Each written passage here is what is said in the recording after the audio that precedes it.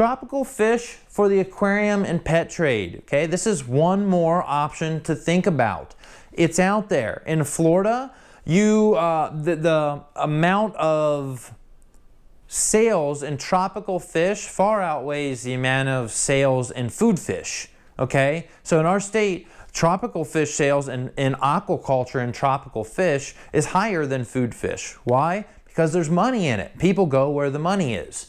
So they're often overlooked as a market when we only focus on food fish, and they can be very profitable if you are able to market the fish. So you have to get out there and go to all the mom and pop pet stores and make deals with them and tell them, hey, this is what I'm offering, this is what I'm growing. They may have some varieties that are really easy to culture that you can say, oh, you want those? And take that business, culture them for them, and grow them in your aquaponics system, okay? This is definitely something that's doable.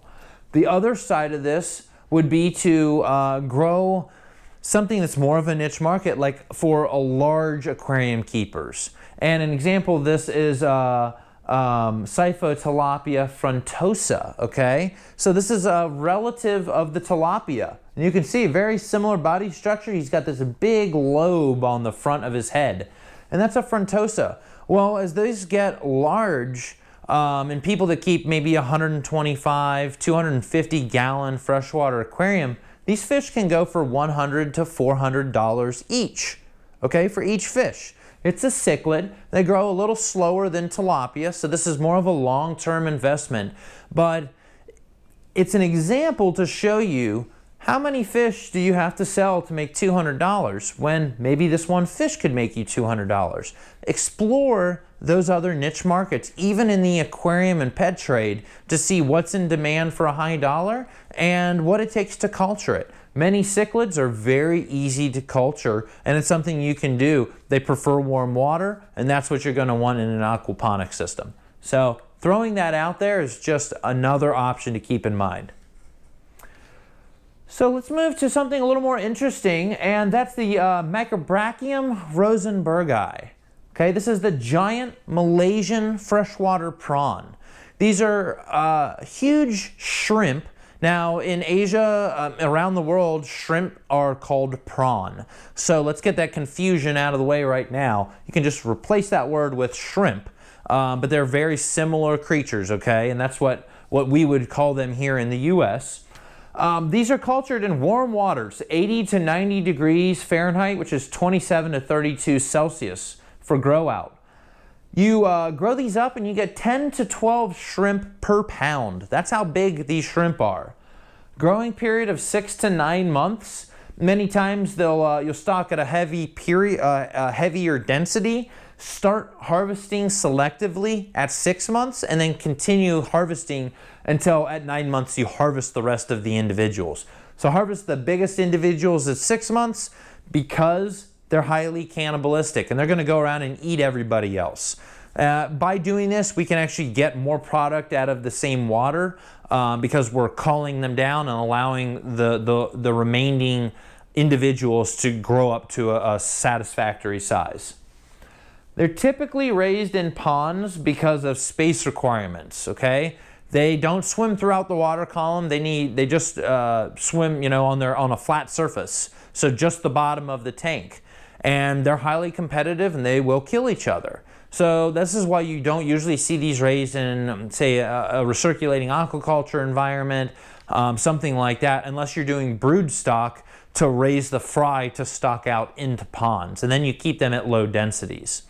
If you are going to do this, just read up on it. There's a lot of information online. And of course, it's real fun if you're going to do this for home food production. You could certainly grow your own prawn at home and eat them for family barbecues or cookouts or small-scale sales.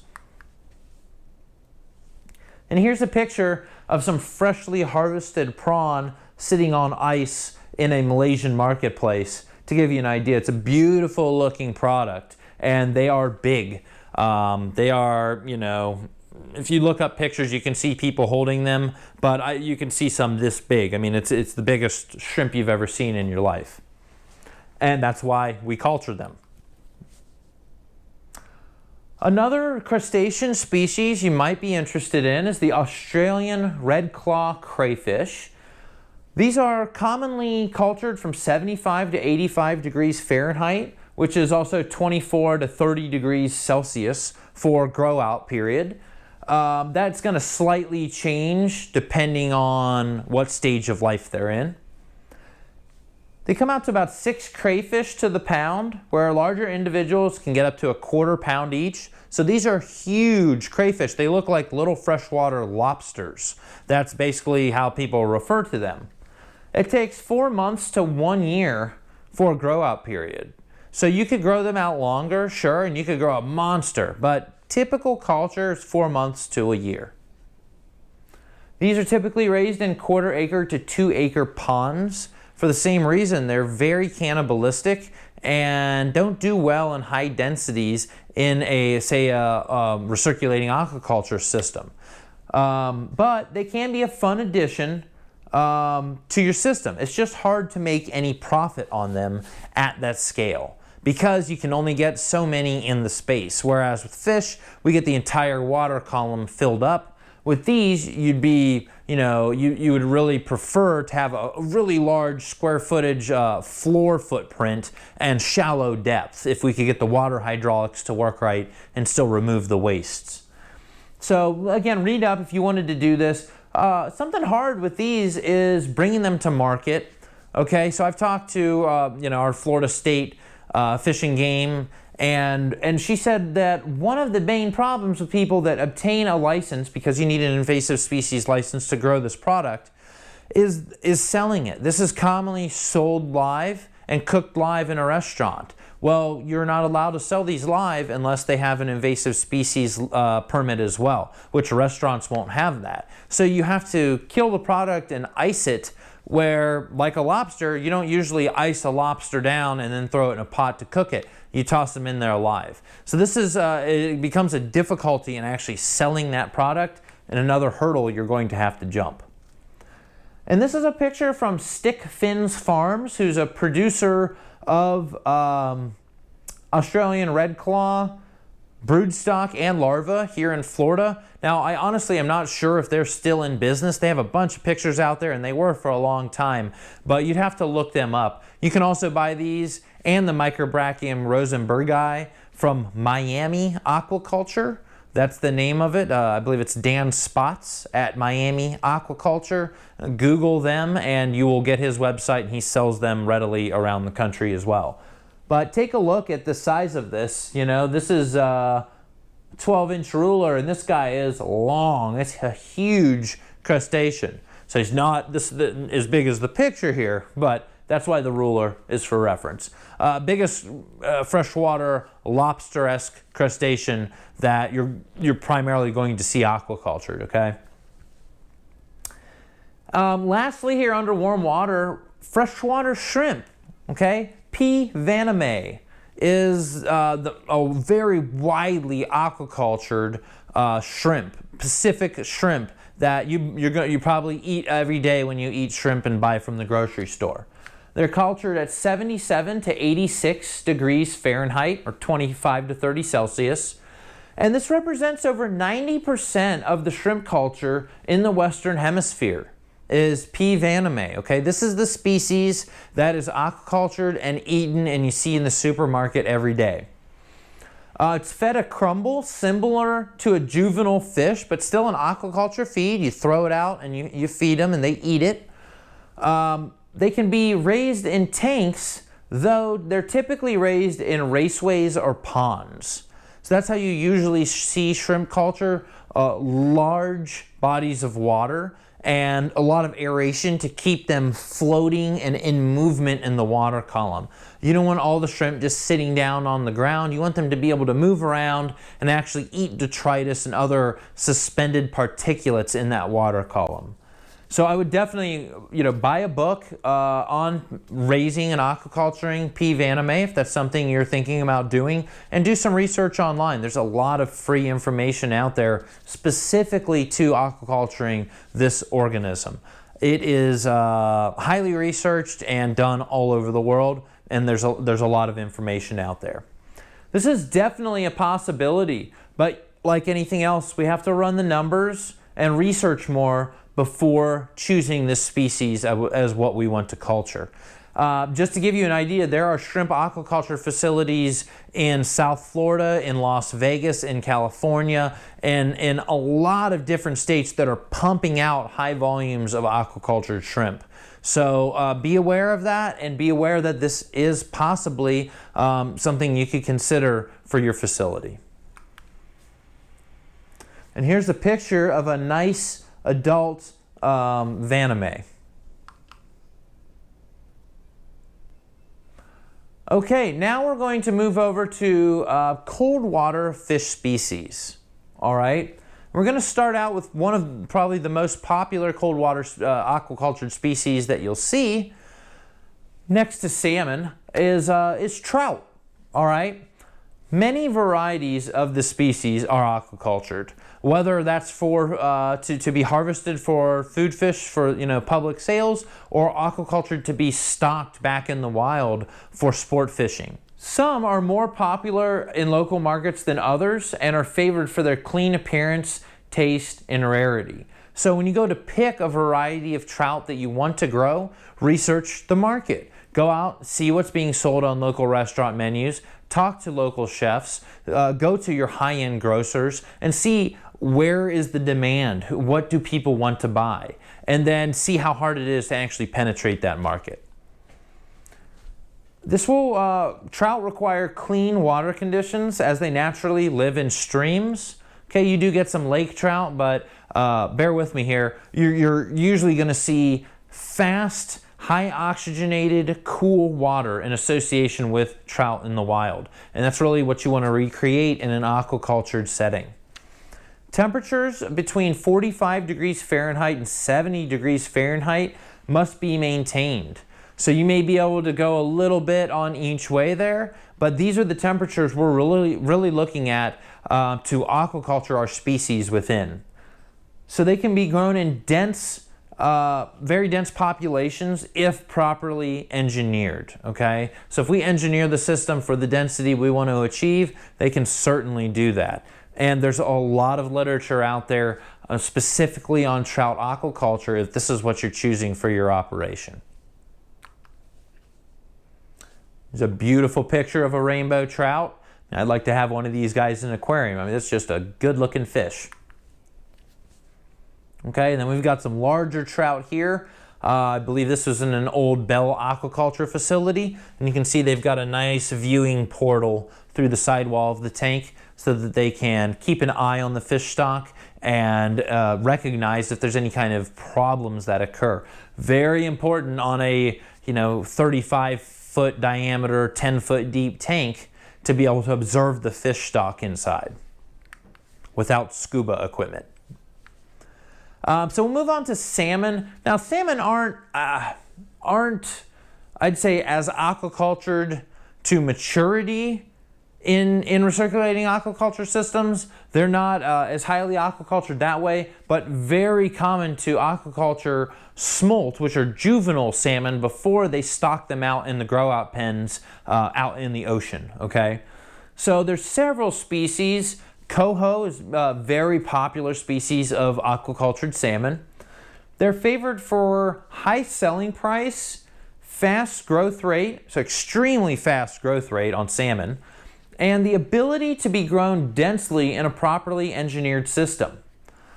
The temperatures that they require are going to be between 50 and 65 degrees Fahrenheit. Okay, so we're getting pretty cold. We're falling outside of the range of where plants like up in the 70s, and we're getting into the decoupled range, okay? When we got into the extreme heat on the other side, that was all screaming, if you want to do this, you've got to decouple the design. And the same going on this side of the temperature scale. We're getting down 50 to 65 degrees Fahrenheit. You're going to get sub-adequate growth out of your plants, and you're not going to be as profitable as you could be by decoupling these systems.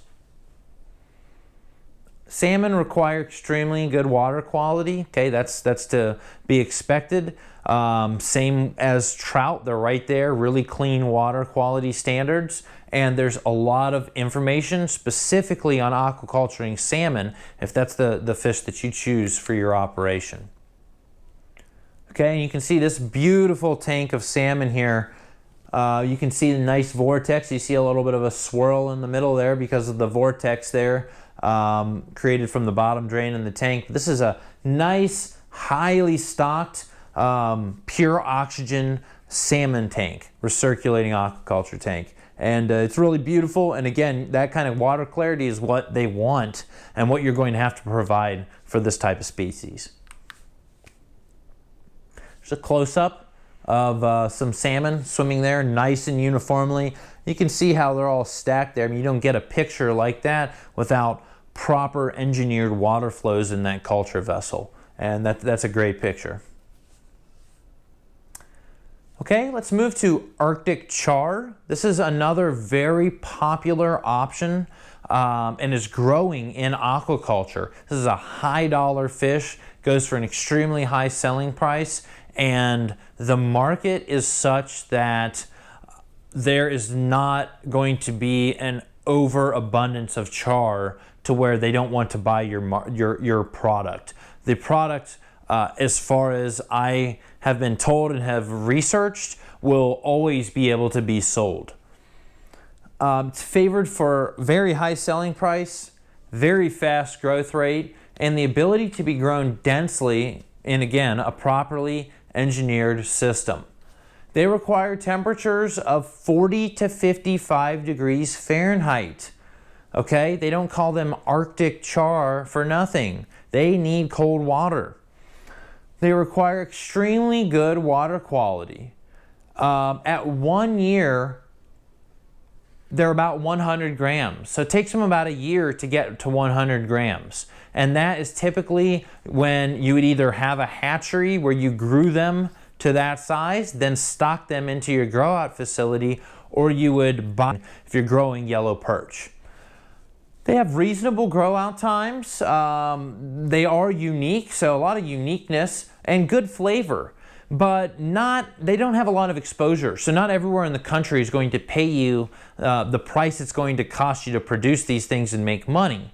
But in the Midwest, they are favored. People grow up catching these fish and eating these fish, and it's a high seller and it's a good product. Temperature requirements between 73 and 77 degrees Fahrenheit. So we could call this a warm water fish, but it's getting down towards the cooler end of that scale, and they can definitely put up with a little bit of the cooler end of the spectrum of water temperatures. So I think that's why I grouped them over here. Now, something to keep in mind here is they tend to school.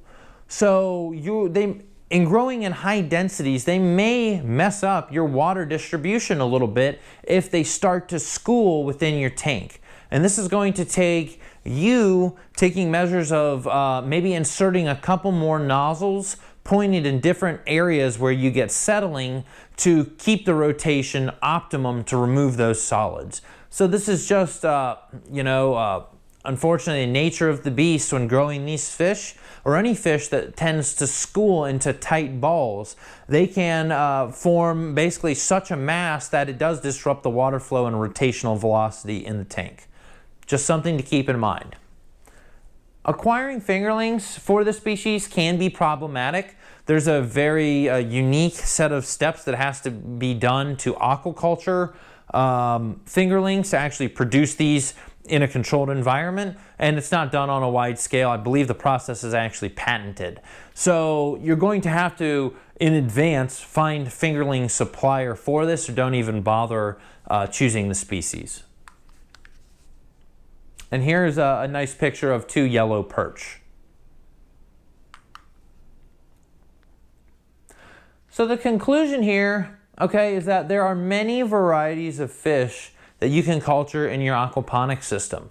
Like we mentioned, any freshwater species that is out there that you can find in a book and that that isn't like astronomically hard to grow, any species we can do because we're doing aquaculture. That's what we're doing. This is aquaculture plus hydroponics. Okay, whether we're combining the two, recirculating, or we decoupling the two, it's these two technologies. And if we can grow freshwater fish without plants, we can grow freshwater fish with plants. Okay, even if they're not connected to the system. So I just want to keep that at the forefront of your mind. Species of fish selected should depend on your local market and your competition. Okay, that's one of the biggest issues. Are you going to actually be able to sell this fish and make money off of it? Is it worth your time? Okay, that's number one in my mind. Second is ease of production.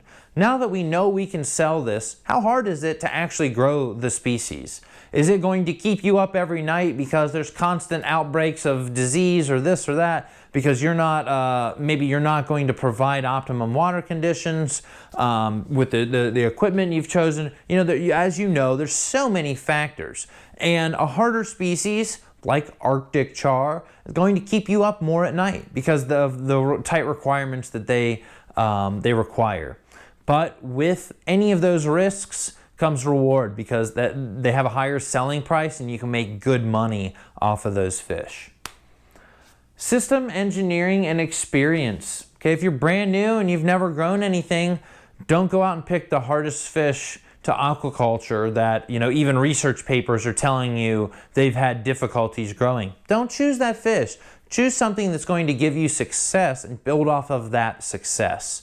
Okay, once you're comfortable culturing something like tilapia or catfish or koi carp, or something a little easier, it gives you confidence to move into the harder species because you already understand all of the water quality parameters and how they affect things. You already understand all of your equipment and what you're going to have to do to actually provide the water quality standards that these harder species require. Ability to find a consistent supply of fingerlings. Okay, or produce those fingerlings on site. Okay, that's big. You have to actually be able to get the fish. So something like barramundi, where it's now going to become seemingly a little bit easier to get them stateside. Before, you may have to order them and ship them from Australia every time you need to have fingerlings. That might not be practical, okay? That takes a lot of work and a lot of money to do. So this is something to research. And lastly here, how close their environmental conditions match your climate and your vegetable choice. So it's not necessarily last, but it's up here on the list of important things. So this is going to tell you whether you decouple or not. And that's a big decision, okay? So you may have two fish species, and one species you may not need to decouple the system, and one species you may need to. Well, it's a little more difficult to run a decoupled system. And as a beginner, you may choose the species that allows you to run a recirculating aquaponics system as you're getting your feet wet and getting into these technologies and used to it and comfortable with everything that you're doing, okay? Again, I'm here for any questions you have along the way. So by all means, you know, shoot them in and let me know if you've got some questions about some of the fish species. Something else here is I'd say learn everything you can about the fish species you plan to culture, okay? Once you've decided, don't just learn the few slides that I've presented here. Go out and buy a book on it. Pay for it. Don't mind spending a few dollars because this is a species that's going to, you know, presumably make you thousands of dollars, help make you a living. Spend the money, the few bucks on the hardback from the people that have really done the research and get to know the innate details in culturing that species. Because you're not going to learn everything for free online, which is why a lot of you are taking this course, and it's the truth. So some of this detailed information, don't mind spending the money on it because it's really going to pay off by educating you and allowing you to confidently get involved with that species. Learn what it will cost to produce and what you will need to sell it for in order to make money. Okay, this is market research. You got to get out there and see what are you actually going to be able to sell this fish for once you have it and you've approached everybody and you've you know, greased the handles and you've made your way in to these restaurants and you're selling to them. Once you're doing that, how much money is it actually going to pay you per pound? And then you got to look at how much it's going to cost you per pound to actually produce. If those numbers don't make you money, it's the wrong decision. You don't need to culture fish that lose you money. Choose a species that makes you money. That's part of the reason that we don't just grow with hydroponics, is because the fish species is supposed to make you money, okay? This is dual products, both contributing to profits. Don't sell yourself short like so many of the current operators do, and they never sell fish. They just sit there with pet fish in tanks. Well, that's silliness. It's way easier to just grow hydroponics if you're going to do that, and you're missing out on a valuable opportunity. Approach buyers before production begins. So this is in that marketing phase. Get people excited about what you're doing. Have your website built. Get some good pictures on there and approach people that are actually going to purchase your fish. Coach them, not coach them, but keep them updated, you know, stay in contact and let them know, hey, we're 3 months out. These guys are growing great. Look how fabulous this fish product looks. Get them excited about it so that when that fish product is ready, they're ready to buy it. They've already, you know, maybe primed their customers, letting them know that a new fresh seasonal availability of fish is coming into their restaurant. These are things that can really help the restaurant out and help you out. So approach people and talk to people before you start.